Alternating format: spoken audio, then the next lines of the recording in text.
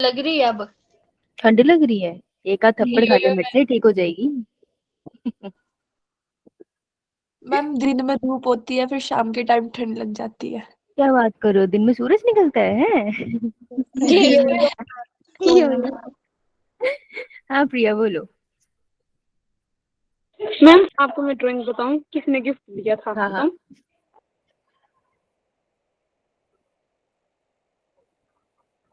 दिखाने लगी। अरे वाह, किसने बनाया ये? मैम मेरी फ्रेंड ने। अरे कितना सुंदर बनाया ना। हेलो रिनिका। नाइस यार, बहुत सुंदर बना है। उसको बोलना हमें बहुत पसंद आया क्लास में। Yes ma'am. ओके चलो भाई, बायोडाइवर्सिटी कर रहे हैं। यो मैम। खत्म करते हैं, इतना तो लंबा चैप्टर ही नहीं है, खत्म करें इसे। तो बायोडाइवर्सिटी आज हम सेकंड पार्ट की तरफ चलेंगे, ठीक है। मैंने कहा था ना, बस इसमें डेटा याद करते जाना है, जहाँ पे कॉन्सेप्ट समझने का है वहां पे ध्यान देते रहते हैं, है ना। डेटा याद करने की पूरी कोशिश करते रहेंगे। तो रिवाइज करके आए हो? ठीक है, रिवाइज करके आए हो तो कहाँ गया क्वेश्चन अच्छी तरह में। तो फटाफट इसका आंसर दो।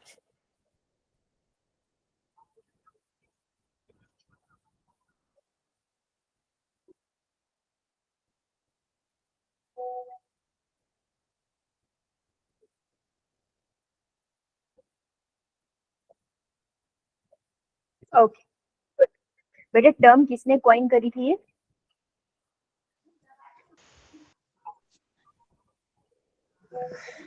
मैंने एज हाँ एजी टेंसन ने टर्म कॉइन करी थी। Very good, answer would be D. Direct NCERT based था ये तो, है। Yes ma'am. ये वाला बताना।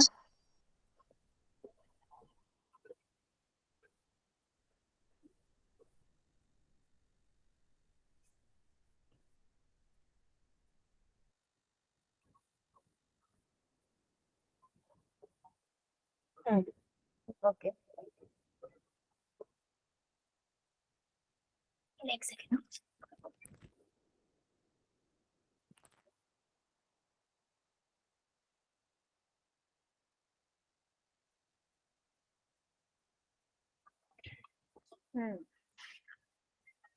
So which of the following is a characteristic feature of cropland? तो cropland का characteristic feature क्या होता है? Absence of weeds। वीड तो वहां पे प्रेजेंट होगी ना, अनवांटेड ग्रासेस तो उगी जाती है। तो ये तो मैम। इकोलॉजिकल सक्सेशन कहाँ होती है? जिस लैंड को हम बहुत टाइम के लिए ऐसे छोड़ देना, तो क्रॉपलैंड को कहाँ हम छोड़ते हैं? तो ये भी नहीं हो सकता। Absence of soil organism, soil के माइक्रोब्स एंड अर्थवॉर्म वगैरह तो होंगे वहां पे। लीस्ट जेनेटिक डाइवर्सिटी, तो जो भी हम खेती करते हैं वहां पे जेनेटिक डाइवर्सिटी कम होती है। क्यों? क्योंकि वहां पे हम जल्दी एक या दो तरीके की फसल ही उगाते हैं, है ना, तो वैरायटी तो नहीं आ पाती ना। So answer would be D. D. Now try ये वन, देन हम फिर बायोडाइवर्सिटी का करेंगे आगे। ध्यान से करना,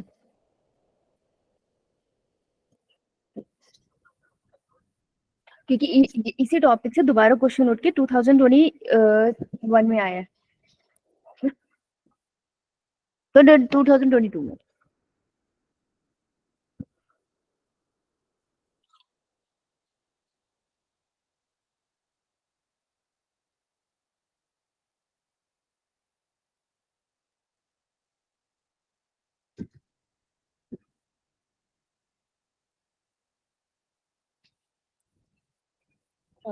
ओके, आई थिंक अब विजिबल होगा, देख रही हूँ मैं। मैम। अच्छी सा जो है मैं आज है। अच्छा बाहर बहुत अंधेरा है, लाइट ही नहीं है, सही से होगा नहीं, इतनी बुरी भी नहीं दिखती यार। तो पहले मेरे को सेट होने दो, verification can wait. And so which are the following process during decomposition is correctly describe. तुम सबका आंसर गलत है, देखो कैसे। करेक्टली डिस्क्राइब पूछा था ना आपसे, तो जब भी आपके इतने लंबी स्टेटमेंट है तो गलत हो सकती है ना, इसलिए मैंने क्या बोला है, हमेशा ध्यान से पढ़ा करो। रीडिंग की वजह से बहुत कॉमन है एरर आना किसी भी क्वेश्चन में, ठीक है, सबसे कॉमन एरर है ये और सबके साथ होता है। देखो कैसे गलत हुआ। Catabolism, it is the last step of decomposition. Decomposition का लास्ट स्टेप तो नहीं होता, सबसे पहला होता है, यो मैम, सबसे पहले क्या होता है, फ्रेगमेंटेशन, मैम फिर लीचिंग फिर फिर ह्यूमिफिकेशन मिनरलाइजेशन, मिनरलाइजेशन। ये स्टेप होता है, तो ये लास्ट स्टेप तो नहीं है, ये तो मुझको साफ दिखाई भी दे रहा है, राइट, ये बंद कैसे हो गया ऑटोमेटिकली।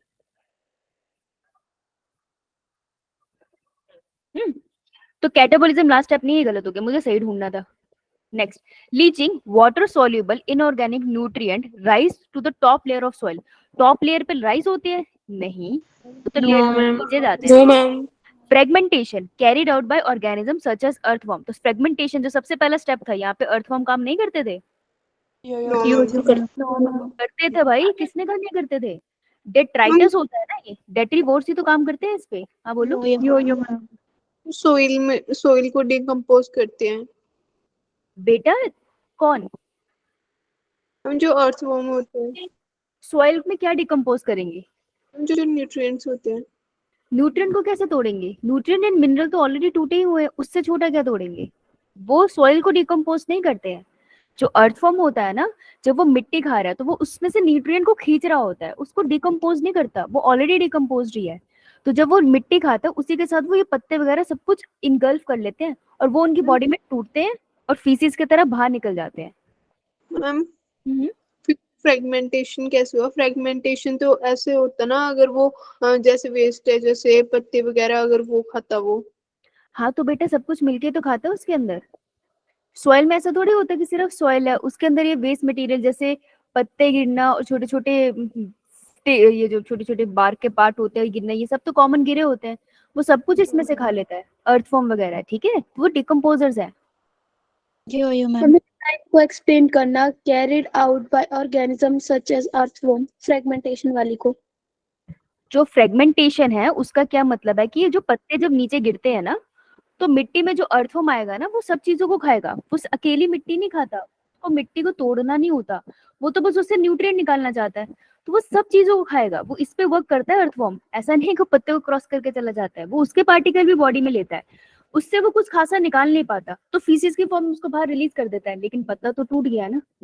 यो मैम, और जब वो ड्राई होके नीचे गिरेगा वो इतना थिक थोड़ी रहेगा, वो तुम देखो कभी ड्राई पत्ते को ऐसे करना वो टूट जाता है, यो मैम, अर्थवर्म उसके ऊपर से चल के गया तब भी तो फ्रेगमेंटेशन होगा ना। So this is how it is. अब देख लाइन सुन, फ्रेगमेंटेशन कैरिड आउट मतलब, कैरिड आउट मतलब करना, तो कौन करता है, ऑर्गेनिज्म, ऑर्गेनिज्म करते हैं जैसे कि अर्थ फॉर्म, ठीक है, लाइन समझ आई। ये सही है। देखो याद रखना, फ्रेगमेंटेशन के टाइम पे मैंने तुमको बात करी थी अर्थ फॉर्म की, क्योंकि ये होता है डेट्रीवोर है और ये होता है डेट्राइटस, खाना होता है डेट्राइटस। माइक्रोब्स यहाँ भी काम करते हैं, ऐसा नहीं है माइक्रोब काम नहीं करते, लेकिन वहां यहाँ पर उनका मेजर काम नहीं होता, इसलिए हम उनको यहाँ मेंशन नहीं करते। बेटा माइक्रोब अभी भी काम कर रहे हैं। इसके बाद जो कैटाबॉलिज्म है ना, यहाँ पर मेनली माइक्रोब्स की बात होती है, और माइक्रोब्स में भी हम बात करते हैं बैक्टीरिया एंड फंगस। ओके, हाँ तो ये स्टेटमेंट सही है। Now humification, humus formation leads to the accumulation of dark color substance humus, ये लाइन ठीक है। which undergo microbial action, हाँ ये भी ठीक है, माइक्रोबियल एक्शन उसमें होता है at a very fast rate, नहीं होता है। में होता है। तो जिसने भी हरी में इस क्वेश्चन को पढ़ा उसने यहाँ तक नहीं पढ़ा, समझ आया। तो ये आप डी बोल रहे थे, आंसर इज सी, समझ आया कैसे। यो मैम, तो इस पर्टिकुलर क्वेश्चन से हमने क्या पढ़ा, read with patience, read statement correctly and full. Patience, patience के साथ पढ़ो, बहुत आराम से पेशेंस के साथ पढ़ो, ठीक है, भागा दौड़ी मत करो, एक मिनट में हो जाएगा, लेकिन गलत हो गया तो फिर क्या फायदा ना, तुमने उसमें 30 सेकंड बचा भी लिए तो गलत ही हो गया वो तो, है ना। करें हम biodiversity, let's go towards the biodiversity. कहाँ पहुंचे थे हम लोग, 11। तो बायोडाइवर्सिटी सेकंड पार्ट है। आज हम कोशिश करेंगे वही एनसीईआरटी बेस्ड जो डेटा है वो तो हमें लर्न करना है, उसमें तो कोई एक्सेप्शन है नहीं। कैमरा क्यों बार बार बंद हो गया, फिर बंद हो गया? मैम दिख रहे हो आप? दिख रहे हो? मुझे मेरे फोन में तो दिख रहा है। यूएम ठीक, बता देना अगर डाउट। ठीक है, तो एनसीईआरटी बेस्ड डेटा तो हमने याद करना ही है, इस चैप्टर का काम है। एक टिलमैन और रिवेट पॉपर हाइपोथेसिस समझनी है हमें, जो हमें ये बताते हैं इकोसिस्टम में डाइवर्सिटी क्यों होनी चाहिए। हम अब बताओ ना, अगर एक बर्ड है वो गायब भी हो जाए तो मेरी जिंदगी में क्या फर्क पड़ता है, वो ये बात बताते हैं। दोनों एक्सपेरिमेंट इंपॉर्टेंट है, दोनों में से रिवेट पॉपेट हाइपोथेसिस पे स्पेसिफिकली 4 मार्क का क्वेश्चन आ सकता है। और एक क्वेश्चन है, एक छोटा सा चार्ट है विच इज स्पीशी रिचनेस के ऊपर, अलेक्जेंडर वॉन हम्बोल्ट ने दिया था। दिस इज वेरी इंपॉर्टेंट, इस पे 4 मार्क का आता है। ठीक है, करें स्टार्ट। यूएम मैम हाँ बोलो। मैम इस संडे टेस्ट में बायोटेक करने वाली है ना मैम, फिर हम क्वेश्चन और दूसरे चैप्टर के क्यों कर रहे हैं? कौन से दूसरे चैप्टर के? इकोलॉजी वाले के। क्योंकि इकोलॉजी के कुछ क्वेश्चंस ये मैंने आपको होमवर्क में दिए थे, ये होमवर्क वाले क्वेश्चन क्या नहीं था होमवर्क? जो ये मैम होमवर्क किया होता ये तो पता होता वैसे ही होमवर्क की स्लाइड्स थी और ये डिस्कस नहीं हुई थी ना, इसलिए डिस्कस हो गई। ओके, जो ये मैम खुद ही फंस गई है, फंस गए क्यों बोल दिया। देखो, डेविड टिलमैन का क्या कॉन्सेप्ट था। डेविड टिलमैन का बहुत सिंपल क्वेश्चन। देखो, इन दोनों ने क्या कॉन्सेप्ट दिया, ये क्या एक्सप्लेन करते हैं आपको, ये आपको इंपॉर्टेंस एक्सप्लेन करते हैं। डेटा क्यों आ रहा है, एक सेकंड। सो ये आपको इंपॉर्टेंस एक्सप्लेन करते हैं किसकी, डाइवर्सिटी। हम कहते हैं ना कि जहाँ पे बायोडाइवर्सिटी ज्यादा है वो ज्यादा स्टेबल इकोसिस्टम है, ऐसा हमने पढ़ा अभी तक। Yes ma'am. डाइवर्सिटी का क्या मतलब है? जहाँ पे मोर डाइवर्सिटी है वहां पर मोर स्टेबल इकोसिस्टम है। ठीक है, जो ये मैम लेकिन ये पता कैसे चला? छोटे छोटे एक्सपेरिमेंट पर। ठीक है, तो सबसे पहले ये वाली बात कि जहाँ मोर डाइवर्सिटी है वहां मोर स्टेबल इकोसिस्टम है, ये किसने समझाई? ये बात करी थी टिलमैन ने। ठीक है, तो टिलमैन ने ये बात एक्सप्लेन करी कैसे। उन्होंने डिफरेंट डिफरेंट क्रॉप प्लांट्स को ऑब्जर्व किया। ठीक है, बहुत सारे उन्होंने क्रॉप प्लांट्स को ऑब्जर्व किया। बहुत लंबी इनकी ऑब्जर्वेशन, बहुत लंबी है, 10 ईयर्स तक इनकी रिसर्च चली थी लगभग। बहुत लंबी ऑब्जर्वेशन है और इन्होंने ऑब्जर्व करके देखा कि जिस क्रॉप प्लांट में वेराइटी ऑफ ऑर्गेनिज्म थे, जहां पे सिर्फ एक ही तरीके की फसल थी, ठीक है, फॉर एग्जाम्पल इसमें एक ही तरीके की फसल है, मैं तुम्हें ना सिंपल करके बता रही हूँ, इसका एक्सपेरिमेंट एक्सप्लेन करते नहीं है ये। ठीक है, तो ए लैंड पे एक ही तरीके की फसल है, बी लैंड पे भी एक ही तरीके की फसल है, ठीक है, डी लैंड पे थोड़े डिफरेंट टाइप की फसल है। ओके, दिख रहा है आपको? जो ये मैम इजी वे में एक्सप्लेन करने की कोशिश करूँ, समझने की कोशिश करना है। ठीक है, तो व्हाट ही ऑब्जर्व, उन्होंने ऑब्जर्व क्या किया?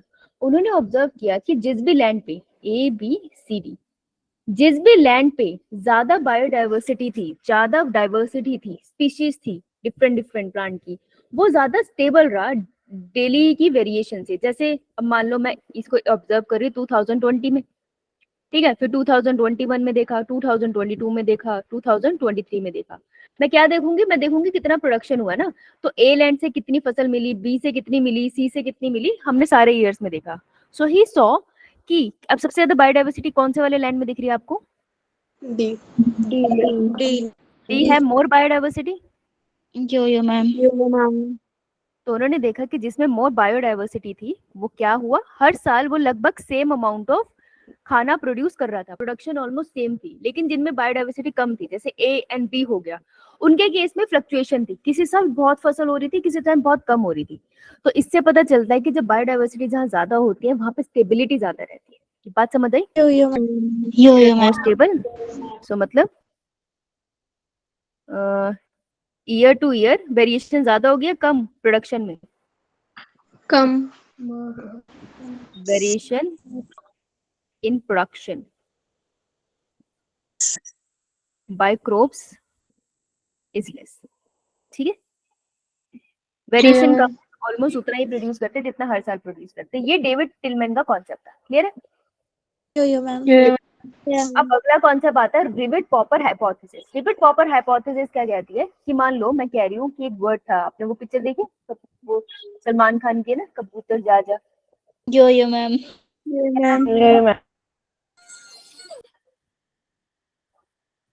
तुम क्या बोल मैंने रहे हो? क्या नाम था पिक्चर का? मैंने प्यार किया। मैंने प्यार किया। देख लो क्या बोल रही है ये। कौन था ये? मम्मी को शिकायत लगानी, मुझे जल्दी बताओ। मैम भुवनेश्वरी। भूमि की मम्मी, देखो लड़की भूमि कहाँ चल रही है। तो क्या कहते हैं, उसमें जो कबूतर था पैसेंजर पिजन था, अब वो एक्सटेंड हो गया, इसी वजह से चिट्ठियां किसी के घर पे पहुंच नहीं रही है अब। कि हमने वो कबूतर जब से सलमान खान ने चिट्ठी लेके भेजा तब से मिसिंग है सारे कबूतर। पता नहीं कहाँ चले गए। Yes ma'am. अब क्वेश्चन, मैम मेरे घर में आ गए हैं सारे कबूतर। अब वो पैसेंजर पिजन है, ये वाले कबूतर कहीं चिट्ठी नहीं लेके जाएंगे। अब क्वेश्चन ये है कि अगर एक पैसेंजर पिजन गायब हो गया तो मेरे को क्या फर्क पड़ता है? मेरा स्कूल तो बढ़िया चल रहा है, मेरे घर में तो बढ़िया खाना आ रहा है, मुझे कुछ स्पीशी के गायब होने से अमेज़न रेन फॉरेस्ट में मुझे क्या फर्क पड़ता है? सोचने की बात है ना, मैं क्यों इसकी परवाह करूं?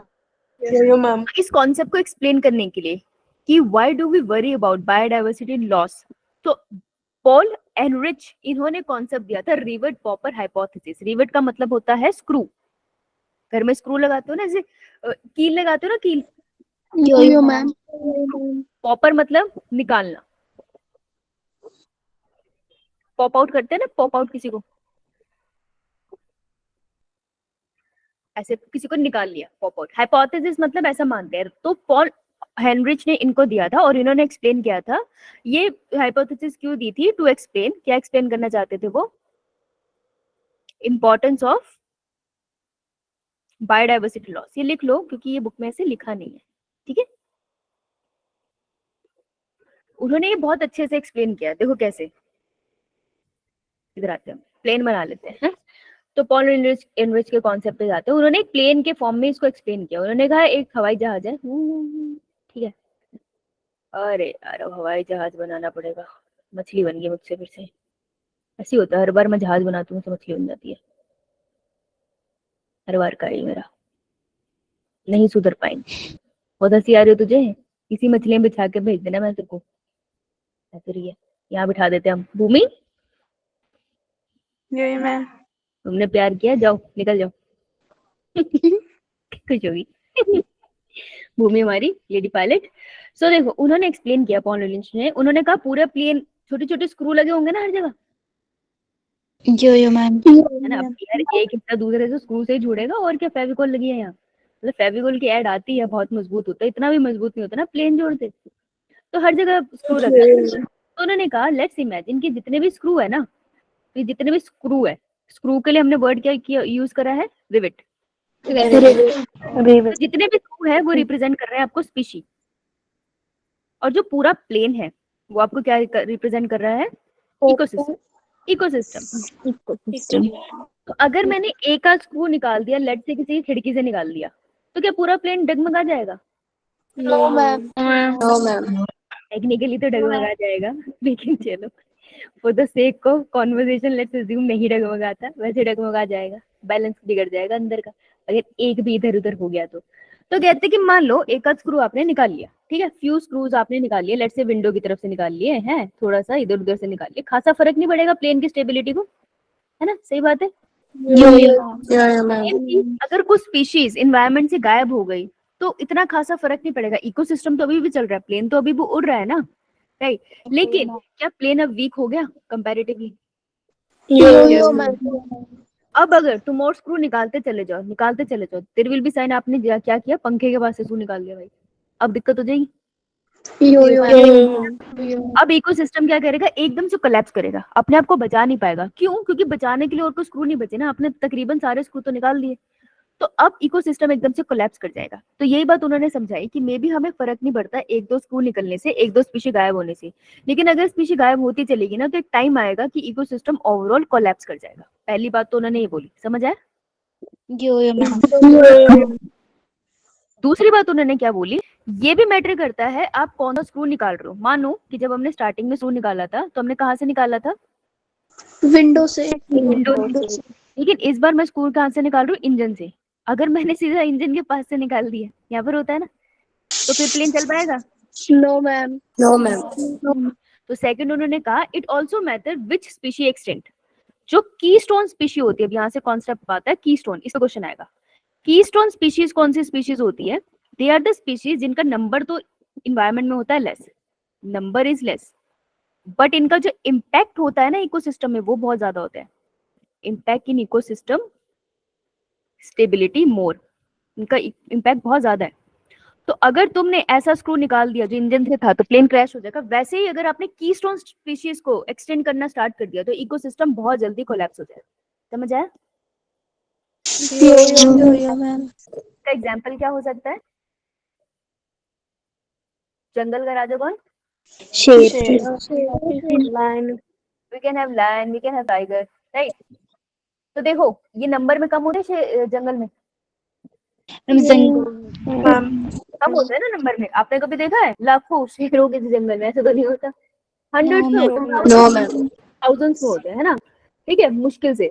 तो लेकिन ये कीस्टोन स्पीशीज है, अगर आप इसको हटा दोगे ना तो हर्बीवोर्स इतने फैल जाएंगे और इंटर स्पेसिफिक कंपटीशन इतना फैल जाएगा कि एक्सटिंक्शन होनी स्टार्ट हो जाएगी। So this is a keystone species. ये इकोसिस्टम को स्टेबल रखती है। टॉप कार्निवोर है ये। Top carnivore mostly keystone species होते हैं। हाँ बेटा पूछ। मैम ये इम्पैक्ट के आगे क्या लिखा है? Impact in ecosystem stability mode. Ecosystem stability mode समझ आया कीस्टोन स्पीशी का कॉन्सेप्ट? तो ये दिया था कॉन्सेप्ट हमें रिवर्ट हॉपर हाइपोथेसिस के। ओके, लिख लिया? यो मैम। आगे चले। यो मैम। अब हमें एक डेटा याद करना है, स्पीशी डिस्ट्रीब्यूशन इन वर्ल्ड। आपको डिफरेंट डिफरेंट स्पीशी डिस्ट्रीब्यूशन बता रहे हैं। कैसे? ये कह रहे हैं मान लो, यार ये भरा क्यों है? ये है, ये कह रहे हैं मान लो ये इक्वेटर है, ठीक है? तो ये पूरी लाइन इक्वेटर है, that means I am talking about ये ट्रॉपिकल रीजन होगा। यो मैम। तो इक्वेटर के पास की कुछ कंट्रीज बना रखी है, ठीक है? अब देखो वो आपको ये समझाना चाहते हैं कि जब कोई चीज इक्वेटर के पास होती है स्पीशी डाइवर्सिटी ज्यादा होती है, इक्वेटर से दूर होती है तो वो थोड़ी कम होती है। अभी आपको एग्जाम्पल देके पूछ सकते हैं यही क्वेश्चन, ठीक है? तो आपको एग्जाम्पल पता होना चाहिए, राइट? तो इसको हम याद कैसे करेंगे? तो काम करते हैं, सबसे पहले चलते हैं, पहले तो इसको बना लो ऐसे ही फटाफट, क्विक क्विक।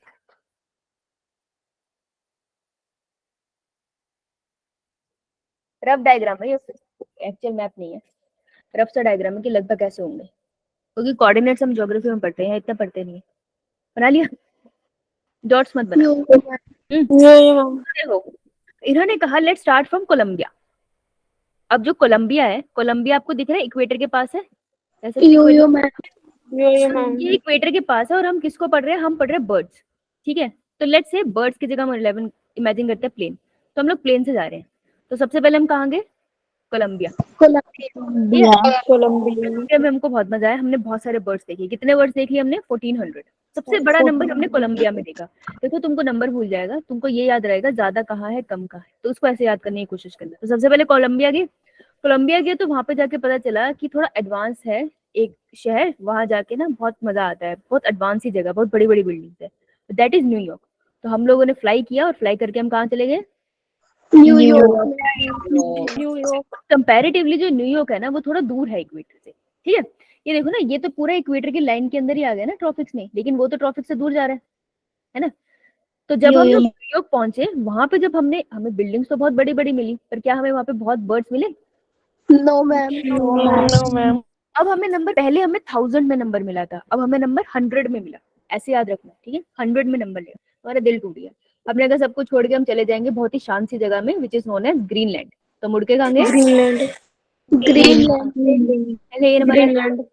ग्रीनलैंड में बहुत बर्फ पड़ी थी। हमने कहा तो धोखा हो रहा है, हम फॉरेन की ट्रिप लगा रहे हैं, हमारे साथ धोखे पे धोखा हो रहा है ना? तो हमारा सबका दिल टूट गया। और जब भी हमारा दिल टूटता है तो हम घूम फिर के कहाँ वापस आते हैं? इंडिया। घर आते हैं ना। तो ग्रीनलैंड में पॉपुलेशन बर्ड्स की और कम होगी ना, तभी दी उठ गई। तो सबसे ज्यादा कोलंबिया में थी 1000 में, न्यूयॉर्क में 100 में हुई, ग्रीनलैंड में 100 के अंदर आ गई, ठीक है? अब हम घूम फिर के रोते रोते वापस कहाँ चले गए? इंडिया से थोड़ा पास है। तो दिस इज इंडिया। अब इंडिया में देखो कोलंबिया ज्यादा था इक्वेटर के कंपैरिजन में इंडिया के, इंडिया थोड़ा टेम्परेट की तरफ भी झुकता है, ठीक है? तो इंडिया में कोलंबिया के कंपैरिजन में कम 100 बर्ड स्पीशीज हमने ऑब्जर्व करी एज कम्पेयर टू कोलंबिया। ठीक है, इतना क्लियर है? Yes ma'am. मैम तो ना ये एग्जांपल देके पूछ सकते हैं। हाँ बोलो। एक्सक्यूज मी बोल तुम। मैम, न्यूयॉर्क एंड इंडिया है वो लगभग पास है, पर इसमें फिर स्पीसीज डाइवर्सिटी इतनी ज्यादा क्यों है? ये रफ सा डायग्राम बनाया ना, इतना पास नहीं है, बहुत फर्क है। न्यूयॉर्क देख इक्वेटर से ऊपर की तरफ चला गया है, इंडिया काफी हद तक नीचे आ रहा है। ये पूरा ट्रॉफिक आ गया ना बेटा, यो मैम। समझ आया? Yes, यो मैम। तो और अगर आप बिल्कुल, क्योंकि एनसीईआरटी इतने अच्छे से मेंशन नहीं करता यहाँ पर बायो में, लेकिन अगर ज्योग्राफिकली देखोगे तो हम ज्यादा टेम्परेट की तरफ है, थोड़ा ट्रॉपिकल की तरफ है। ठीक है, हम ज्यादा टेम्परेट की तरफ क्या रही है? हाँ कुछ बोला इसमें? यो मैम। यो मैम। ठीक है, तो आपको क्वेश्चन कैसे आएगा? Question will be like this. एक तो ये पुराना डेटा है, अब तो काफी अपडेट होगा, लेकिन आपको ये याद करना है। तो आपको क्वेश्चन कैसे आ सकता है कि आपको डेटा देखिए पूछ सकते हैं which of the following statement is correct, या फिर आपको पूछ लेंगे कि 1400 bird species are found in which area, तो आपको एग्जांपल आ सकता है। या फिर आपको ये इस तरीके से पूछ सकते हैं कि हम इक्वेटर से ट्रॉपिक की तरफ जा रहे हैं, तो बर्ड पॉपुलेशन कैसे वेरी करेगी। तो आपको स्टेटमेंट में कहीं ना कहीं ये टर्म दिखेंगे, ये लैंड दिखेंगे और बर्ड दिखेगा, तो बर्ड और लैंड से क्लिक कर लेना अपना माइंड में। ये इस एग्जाम्पल के बारे में पूछ रहे हैं। ठीक है, यो मैम। राइट? तो ध्यान से पढ़ना, क्वेश्चन तो सॉल्व होगा। अब एक और ऐसा डेटा है, वो डेटा किस बारे में? This data is simply about जो वेस्कुलर प्लांट होते हैं, वेस्कुलर प्लांट जिनमें जाइलम एंड फ्लोएम होता है। ठीक है, तो ये आपको कुछ नहीं कह रहे, ये कह रहे हैं कि एक इक्वेडोर होता है। इक्वेडोर सुना है आपने? यो मैम। इक्वेडोर बहुत ज्यादा कुछ याद करने की जरूरत नहीं है। ठीक है, स्टेट कैपिटल्स में मत जाना किसी की, सिंपली समझना कि जो इक्वेडोर है वो बहुत ज्यादा इक्वेटर के पास पड़ता है। इक्वेडोर में बहुत सनलाइट पड़ती है अच्छे से, तो इक्वेडोर बहुत रिच है स्पीशीज में, मतलब यहाँ पे बहुत ऐसे जंगल है जो किसी ने अभी तक एक्सप्लोर भी नहीं करे हैं। ठीक है, तो इक्वेडोर में जो वेस्कुलर प्लांट की स्पीशीज है ना, वो बहुत ज्यादा मिलती है as compared to mid west area. Mid west area हो गया जो थोड़ा यूएस की तरफ पड़ गया। ठीक है, तो वहां पर जो प्लांट की स्पीशी मिल रही है वेस्कुलर, वो कम है एज कम्पेयर टू जो इक्वेडोर में मिल रही है। क्लियर? याद रह जाएगा? तो इसे याद करने के give it a try. Now why there is more species diversity in tropics? Tropic में स्पीशी डाइवर्सिटी ज्यादा क्यों है? Due to high sunlight. कोई नहीं बेटा, हाथ खड़ा करने का कल्चर छोड़ दिए। Tanisha, high sunlight, solar radiation, ठीक है ये सही है। और प्रीति? मैम टेम्परेट में ना, जैसे कि ज्यादा मतलब गर्मी होती है तो वहाँ पे बर्ड्स सरवाइव नहीं करते, और वहाँ पे ग्रीनरी कम होती है as compared to tropical level पे। वो ट्रॉपिक से टेम्परेट से कंपेयर नहीं कर रहा, वो ट्रॉपिक पूछ रहा है सिर्फ ट्रॉफी में ज्यादा क्यों है।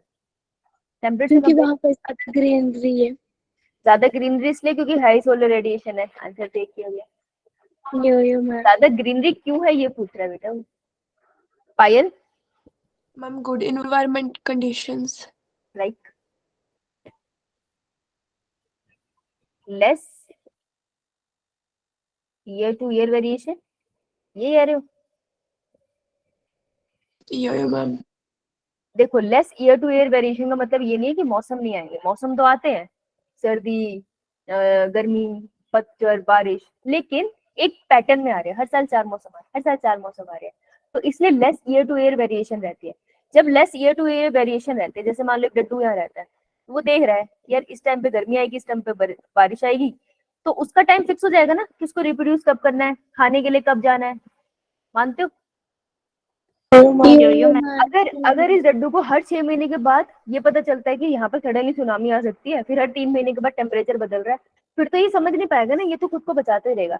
लेकिन अगर इसको पता चल रहा है कि इन्वायरमेंट ऐसा ही रहता है, तो इसकी पूरी स्पीशीज से रिलैक्स कर सकते हैं ना कि हाँ इन्वायरमेंट ऐसे ही रहेगा, तो अब स्पेशलाइज कर सकते हैं ना किसी भी चीज में।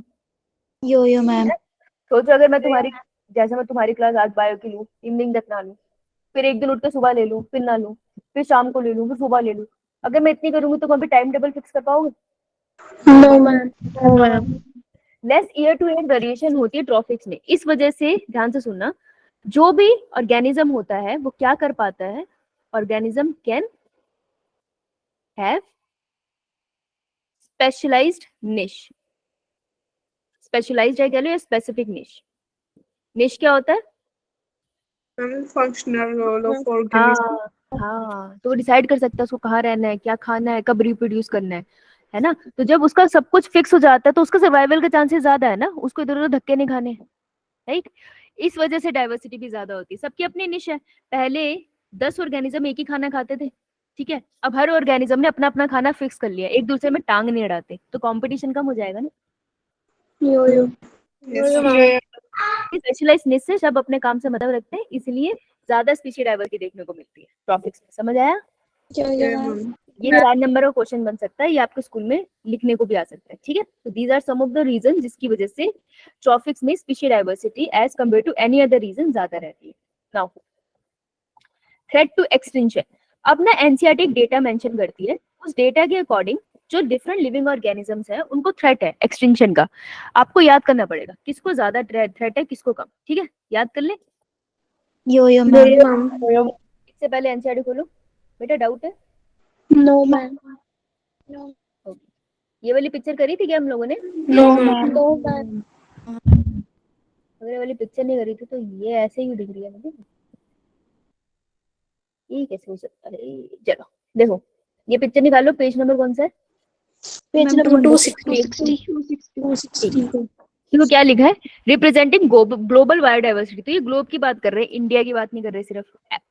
Proportionate number of species of major taxa invertebrate vertebrate सब कुछ इंक्लूडेड है। ध्यान से देखना है इसको ना, अपनी कॉपी में यहाँ पॉइंट रखना और यहाँ पे स्केल रख के देखना किसका एरिया ज्यादा है किसका एरिया कम। देखो सबसे पहले ये बात किसकी करें, प्लांट किंगडम और एनिमल किंगडम की, ठीक है। तो आपको पता है प्लांट के और एनिमल, एनिमल जो किंगडम है वो दो में डिवाइड कर देते हैं हम, इनवर्टिब्रेट और और प्लांटे हम किस में डिवाइड करते हैं? Algae, टेरिडो, pteridophyte, gymnosperm, angiosperm. इस भाई ने प्लांट के अंदर ही फंगस बिठा ली है, ठीक है। इसकी क्या है, बॉटनी खराब है, ठीक है। इसकी बॉटनी खराब है, लेकिन हम कुछ नहीं कह सकते, तो हम यही काउंट कर लेते हैं। तो देखो कंपैरिजन कैसे है, इनवर्टिब्रेट के अंदर सबसे ज्यादा जिसकी अमाउंट है दैट इज इंसेक्ट। तो याद रखना आर्थ्रोपोडा, मोलस्का, फिर क्रस्टेशियन बीच में डाल दिए, फिर अदर एनिमल्स डाल दिए। तो याद रखना इंसेक्ट का नाम सबसे ज्यादा। वर्टिब्रेट्स के अंदर अगर आप देखोगे तो कैसे जाओगे, पाइसेस है ना, फिशेस, पाइसेस, फिर एम्फीबियन, फिर रेप्टाइल्स, फिर बर्ड्स, फिर मैमल्स। इस सर्कल में याद रख लेना, लेबलिंग आ सकती है। अब देखो जितना एम्फीबियन है ऑलमोस्ट उतना ही नंबर मैमल्स का है बायोडाइवर्सिटी का दुनिया में, ठीक है, ऑलमोस्ट सेम है। Yes ma'am. सिमिलरली जितना बर्ड्स एरिया कवर कर रहे हैं बायोडाइवर्सिटी का, उतने ही रेप्टाइल कर रहे हैं, है ना। यो मैम। बर्ड और रेप्टाइल का नंबर ऑलमोस्ट आसपास आएगा जब भी आप डेटा पढ़ोगे, एंड मैमल्स और एम्फीबियन का नंबर ऑलमोस्ट आसपास आएगा, ठीक है। Yes ma'am. अब आप नीचे आओगे, देखो ये जो इन्होंने बनाया ना प्लांट का फंगस के साथ कंपेयर करके, ये ना एनिमल के साथ कंपैरिजन नहीं करते हैं, नहीं, इन्होंने इंडिविजुअली बनाया। अगर मैं एनिमल से कंपेयर कर दूं तो ये हम जान सकते हैं कि जो फंजाई है ना वो उसकी बायोडाइवर्सिटी बहुत ज्यादा है किससे, ये वाला पॉइंट साइड में लिख लेना, यहाँ लिख रही हूँ। ये दो पाई चार्ट एक दूसरे से नहीं मिलते, दोनों अलग है, ठीक है। अगर मैं इंडिविजुअली लिखूं तो फंजाई का अकेली बायोडाइवर्सिटी किससे ज्यादा है, आप मिला दो फिशेस की। हाँ जी बेटा, कुछ कह रहे हो? आपकी आवाज कट के आ रही थी। अच्छा अब आ रही है? आपकी आवाज नहीं आ रही थी पहले। अब आ रही है? Yes ma'am. ठीक है, रेप्टाइल्स एंड मैमल्स, देख रहे हो तुम। एक फंगस की अगर मैं बायोडाइवर्सिटी की बात करूं that is equal to fishes, amphibian, reptiles और मैमल्स की सबकी बायोडाइवर्सिटी इकट्ठे करके जितनी है ना, उतनी अकेले फंगस की बायोडाइवर्सिटी है पूरी दुनिया में। समझ रहे हो तुम कि अगर राज करना चाहते हैं तो फंगस कर सकते हैं, इतनी बायोडाइवर्सिटी है। और फंगस से ज्यादा किसकी बायोडाइवर्सिटी होगी? एंजियोस्पर्म की, इंसेक्ट्स की। इंसेक्ट्स की, मैंने बोला था ना सबसे ज्यादा बायोडाइवर्सिटी 70% इंसेक्ट्स की है, ठीक है। तो ये डेटा याद रहेगा। यो मैम। हाँ बेटा बोल, क्या डाउट है? मैम Clear है? जो फिशेस की है उसकी तो लगभग मैम हाँ उसकी अलग है, उसकी किसकी अलग है, सॉरी मैम हाँ हाँ मैम जैसे फिशेस है उनकी तो पूरी हाफ हाफ है, तो उसमें प्लस कैसे होगा? क्योंकि मैंने कहा ना, ये जो पाई चार्ट है ना, pie chart 1, pie chart 2, pie chart 3, ये एक दूसरे से कंपेयर होके नहीं बने। तो 2 वाले पाई चार्ट का 3 वाले से कोई रिलेशनशिप नहीं है, ठीक है। वर्टिब्रेट में फिशेस का अमाउंट ज्यादा है as compare to mammal, bird, reptile and amphibian. लेकिन अगर मैं उसको फंगस से कंपेयर करूँ ना, तो फंगस के कंपैरिजन में उसका कोई लेना देना नहीं है, ठीक है। तो ये पाई चार्ट इंडिविजुअली बने, एक दूसरे से कंपेयर नहीं हो रहे वर्टिब्रेट या प्लांट से। समझ आई? ऑल्सो फंगस की जब मैंने टोटल करा है ना, तो मैंने बर्ड्स नहीं इंक्लूड करे। देख रहे हो तुम, फिशेज, एम्फीबियन, रेप्टाइल और मैमल की पॉपुलेशन ली है, बर्ड्स की नहीं ली। तो ध्यान से पढ़ना इन क्वेश्चंस को, ओके। यो मैम। जब आप थ्योरी पढ़ोगे ना, आपको ये सब वहां पे मिलेगा, राइट। लेकिन मैं यहाँ बता रही हूँ, अब इन सारे पाई चार्ट्स में क्या कहीं पे भी प्रोक्रियोट्स मेंशन है? नो मैम। प्रोक्रियोट्स हम मेंशन नहीं करते हैं, ठीक है, क्योंकि प्रोक्रियोट्स की बायोडाइवर्सिटी अपने आप में ही बहुत ज्यादा है, ओके। यो मैम। अब हम थ्रेट टू एक्सटिंक्शन की बात करते हैं। यार किसको सबसे ज्यादा खतरा है गायब होने का? बहुत सारे लोगों को खतरा है गायब होने का, पर हम बात कर लेते हैं थोड़ा बड़े लेवल पे, ठीक है। तो एक स्टोरी बनाते हैं कि मान लो तुम में से पतंग उड़ाना किसको पसंद है? आपने क्या पूछा? पतंग उड़ाना किसको पसंद है? पतंग। मैम मेरे को तो उड़ाना नहीं आता। बेटा पहले बताओ, मेरी आवाज नहीं आ रही क्या? दीक्षा, पतंग उड़ाना पसंद है तुम्हें? यो मैम। चोटी कैसी है तुम्हारी, लंबी है छोटू? जल्दी बताओ, चोटी कैसी है तुम्हारी? छोटी, मीडियम। ये रे मीडियम क्या क्या हिसाब किताब है, मेरे को समझ नहीं आता ये। मैम लंबे बना दो। कह रही लंबे बना दो कम से कम फोटो में। मेरे से लंबे है छोटे? हम आपके कहाँ देखे हैं? मैम कैमरा तुमने किसके लिए ऑन किया है, तुमको दिखते नहीं? लंबे हैं तो- मैम आपके। मैम छोटे हैं आपसे। मैम दिख देर- नहीं रहे। अच्छा ठीक है, वही ना। तो दीक्षा पतंग उड़ा रही है। लेकिन पतंग उड़ाने से हमको पता है एक लॉस होता है, क्या? बर्ड्स फंस जाते हैं उसमें, उनको लग जाती है उई, चोट हो जाती है उनको, है ना।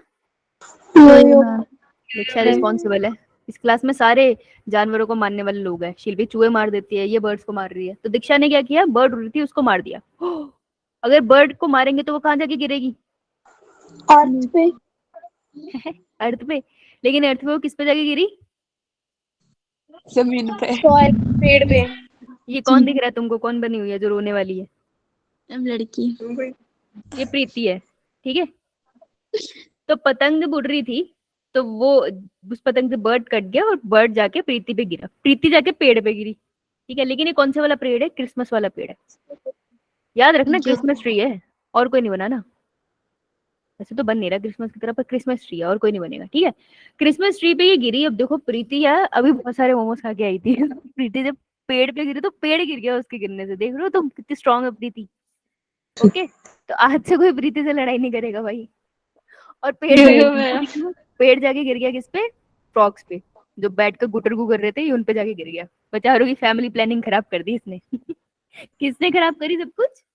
मैम प्रीति ने। दीक्षा ने। दीक्षा ने। दीक्षा ने मैम। दीक्षा, प्रीति की गलती, वो तो बैठी थी, है ना। तो बायोडाइवर्सिटी को हम याद करने की कोशिश करते हैं। फ्रॉग कौन से ग्रुप से मिलते हैं? Ma'am amphibian. क्रोकोडाइल किससे मिलते हैं?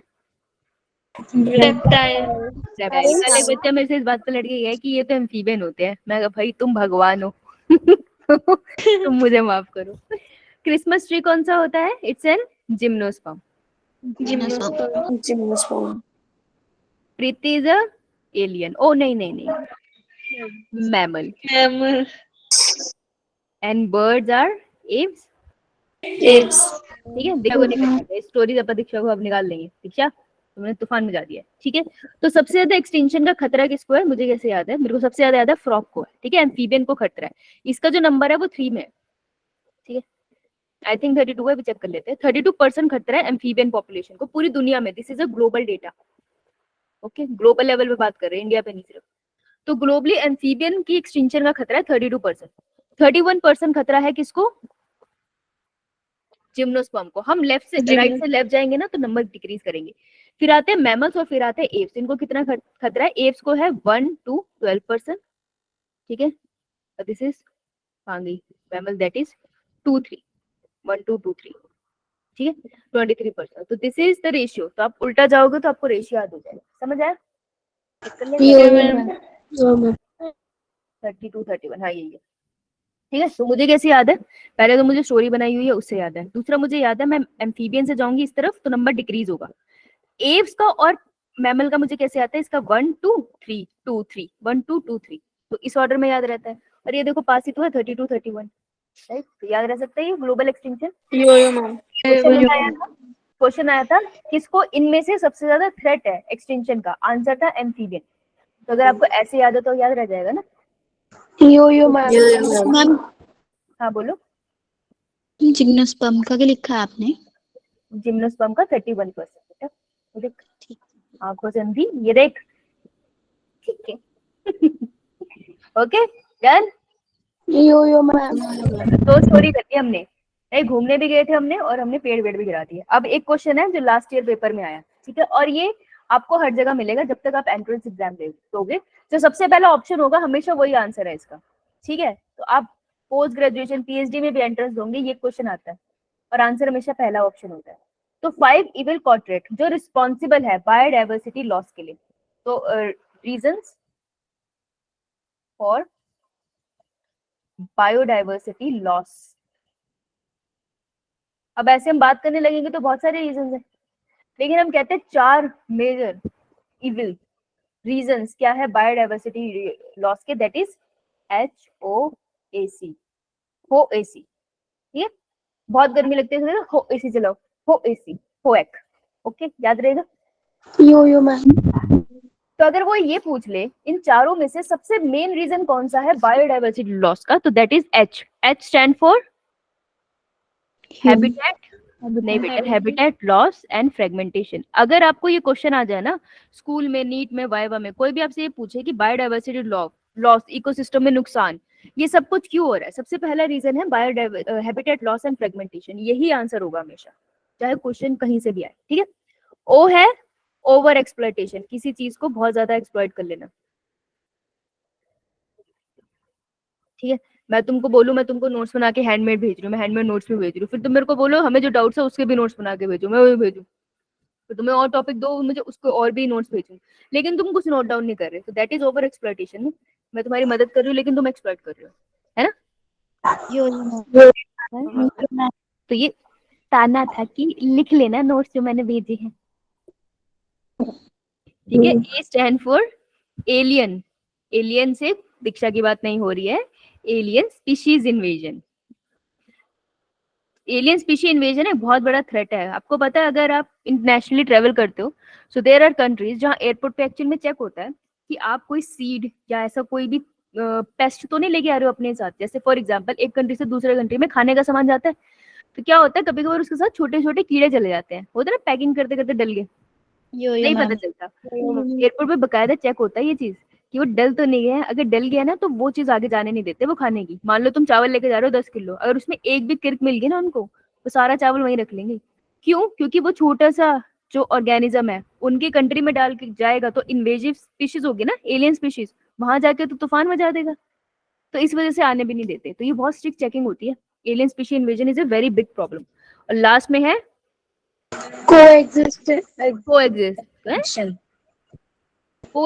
एक्सटिंक्शन। तो तू मेरी मदद मत कर भाई, मेरा भी गलत करवाएगी ये।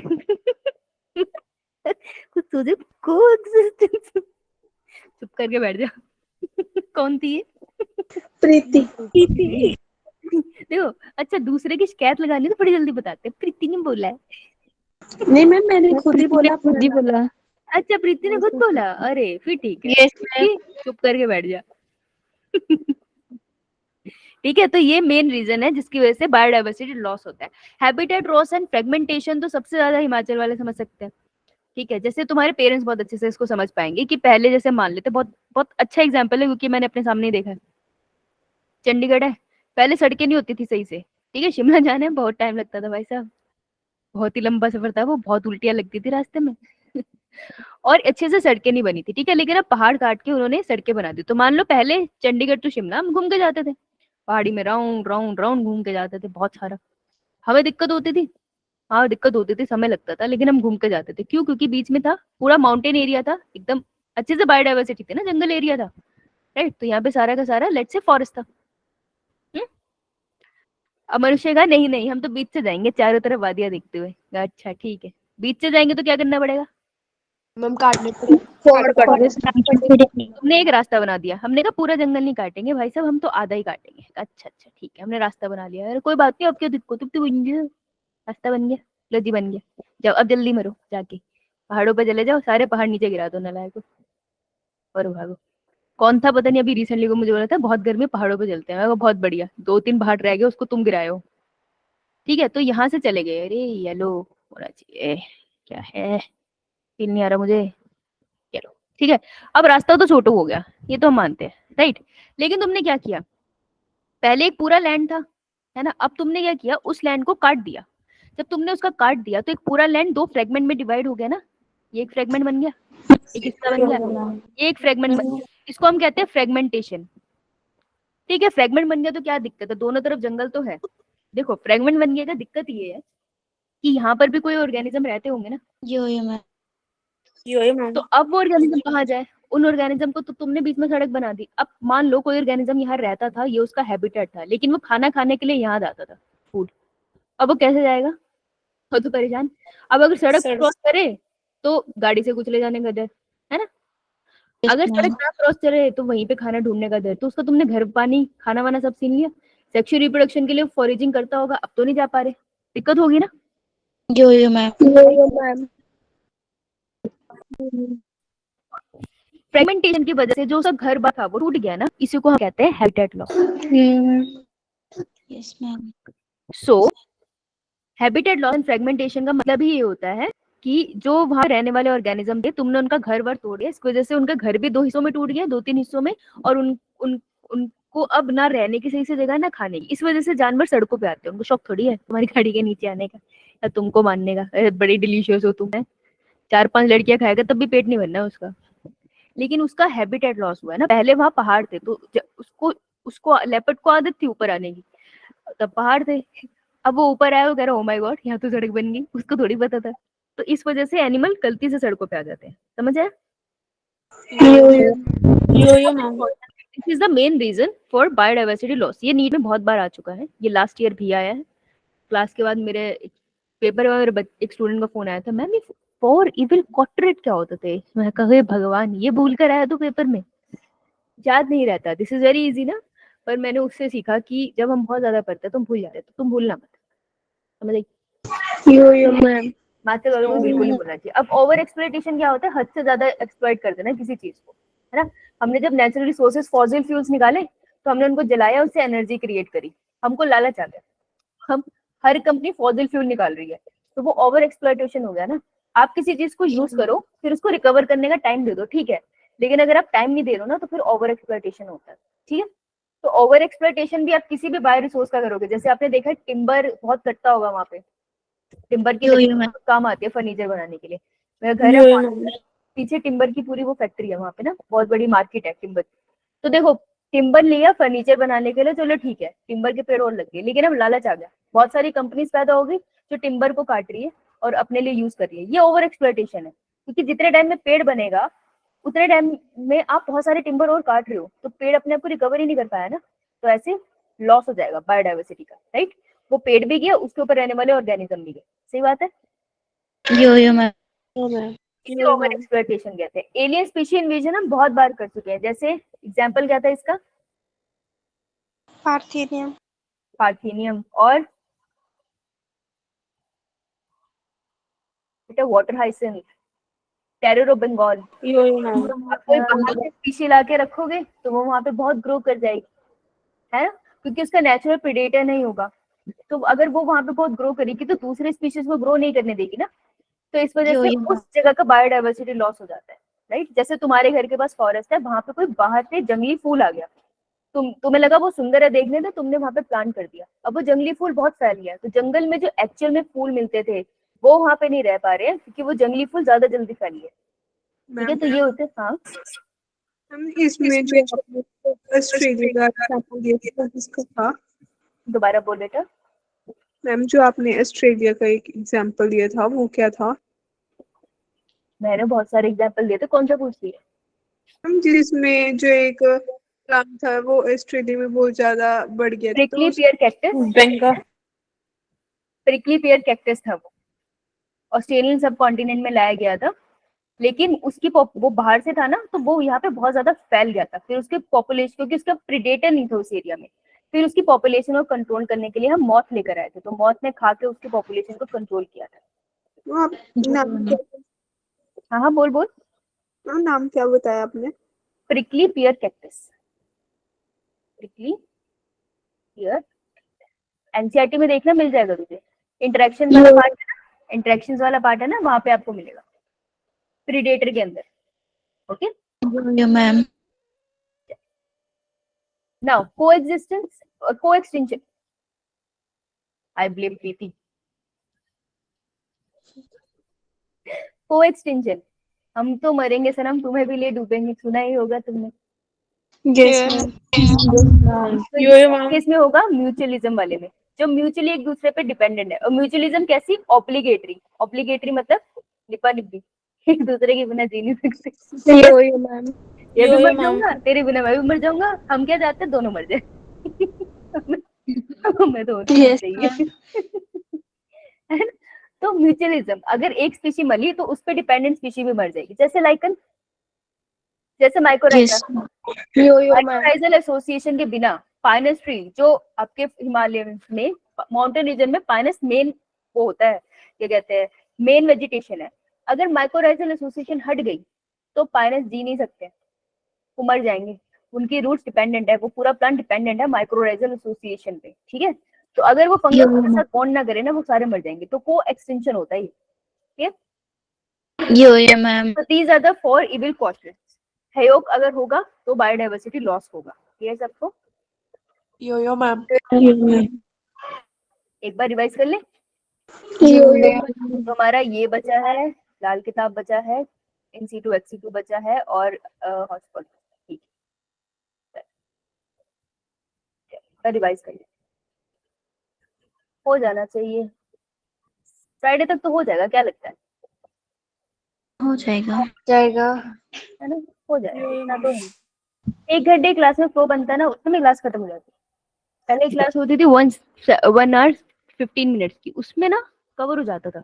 जैसे अभी फ्लो बना है ना, अगले 15 मिनट में काफी सारा कवर हो जाता, बट इसमें हो नहीं पाता। चलो कोई बात नहीं, आइए रिवीजन करते हैं। रिवीजन, तो रिवीजन में मुझे बताइए, सबसे पहले हम लोगों ने पढ़े थे कुछ डेटा। तो हमने एक स्टोरी पढ़ी थी, स्टोरी अबाउट, हम लोग ट्रिप पर गए थे। सबसे पहले कौन सी कंट्री गए थे? कोलंबिया में बहुत बर्ड दिखे थे। ओहो, 1000 नंबर में 1400। फिर उसके बाद फिर हम लोग ने कहा बिल्डिंग्स देखने जाएंगे, कहाँ गए थे? न्यूयॉर्क। लेकिन वहाँ दिल टूट गया क्योंकि नंबर कितने थे? 100s में थे। फिर उसके बाद हम लोग गए, हम कहा सब कुछ छोड़ के ग्रीनलैंड जाएंगे। वहाँ नंबर कितने थे? 50s में आ गए। फिर हमारा दिल टूट गया, और दिल टूट के हम हमेशा कहाँ जाते हैं? और इंडिया में कोलंबिया के कंपैरिजन में नंबर थोड़ा कम था। किसके नंबर की बात हो रही है? एक और स्टोरी हमने याद करी थी वेस्कुलर प्लांट की, कि वेस्कुलर प्लांट्स की ज्यादा वैरायटी हमको कहाँ मिलती है? इक्वेडोर में मिलती है या फिर वेस्टर्न कंट्रीज में मिलती है? मैम इक्वेडोर में। इक्वेडोर में ज्यादा मिलती है। अब हमने एक और स्टोरी पढ़ी थी कि पतंग उड़ाई, बर्ड गिरा हमारी प्रीति पे, प्रीति गिरी पेड़ पे, पेड़ गिरा डड्डू पे, डड्डू का सारा फैमिली प्लानिंग टूट गया, है ना। तो डड्डू से स्टार्ट करेंगे। सबसे ज्यादा एक्सटिंक्शन, थ्रेट टू एक्सटिंक्शन किसको है? एम्फीबियन 32%। एम्फीबियन के बाद किसको है? पेड़ पे, पेड़ किसका था? जिम्नोस्पर्म 31%। 31%। फिर आते हैं मैमल, हमारी प्रीति, और प्रीति पे गिरा कौन था? बर्ड। कुछ ऐसे आता है 1 2 2 3 2 यस 1 मैम 2 2 3 याद है मुझे, ठीक है। ऐसे थ्रेट ऑफ एक्सटिंक्शन याद करा हमने, क्लियर है। तो हमने कहा बायोडाइवर्सिटी लॉ के लिए सबसे ज्यादा रिस्पॉन्सिबल है OAC, है ना। Yes, ma'am. H stand for Habitat. Habitat loss and fragmentation. O stand for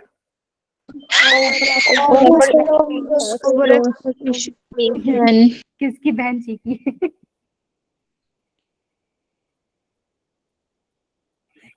किसकी क्या बहन बोला आपने? किसी की बहन चीखी है बहुत जोर से पीछे। अबे सब yes, ma'am. क्या हो गया, क्या हो गया, कौन था भाई? लड़ाई। लड़ाई, हाँ ठीक है ठीक है। A for Alien. क्या एलियन, पूरा बोल। इन्वेंशन नहीं इन्वेजन, ओ देवी इन्वेजन, आना इन्वेड कर लिया, आके राज करने लग गए, इन्वेंशन। तुम अंडे लेकर आओगे। को सी से Coexistence. एक्सटिंक्शन, लाइको गायब हो जाना, हम तो मरेंगे तुमको भी ले डूबेंगे, याद है। टिपिकल केस ऑफ निबंधी को एक्सटिंक्शन, राइट। Yo, ma'am. तो याद रहेगा। कौन थे जिन्होंने ये समझाया था कि बायोडाइवर्सिटी लॉ के लिए सुधर जाओ, नहीं तो पूरा इकोसिस्टम गिर जाएगा in the form of plane. Plane वाली कौन किसने दी थी थीसिस? रिवर हाइपोथेसिस नाम है, दिया किसने था? Ma'am, David. Ma'am. पॉल एहरिच ने। टिलमैन थे जिन्होंने डिफरेंट लैंड्स को स्टडी करके बताया था बायोडाइवर्सिटी लॉस से स्टेबिलिटी पे क्या फर्क पड़ता है, ठीक है। खुद की डिस्कवरी मत कर लिया करो, ठीक है। चलो कल करेंगे और question. Thank you ma'am, bye ma'am. Thank you ma'am. Doubt है पूछ सकते हो। बाय बेटा, इंसेक्टा ग्रुप पढ़ा है एनिमल किंगडम में? इंसेक्टा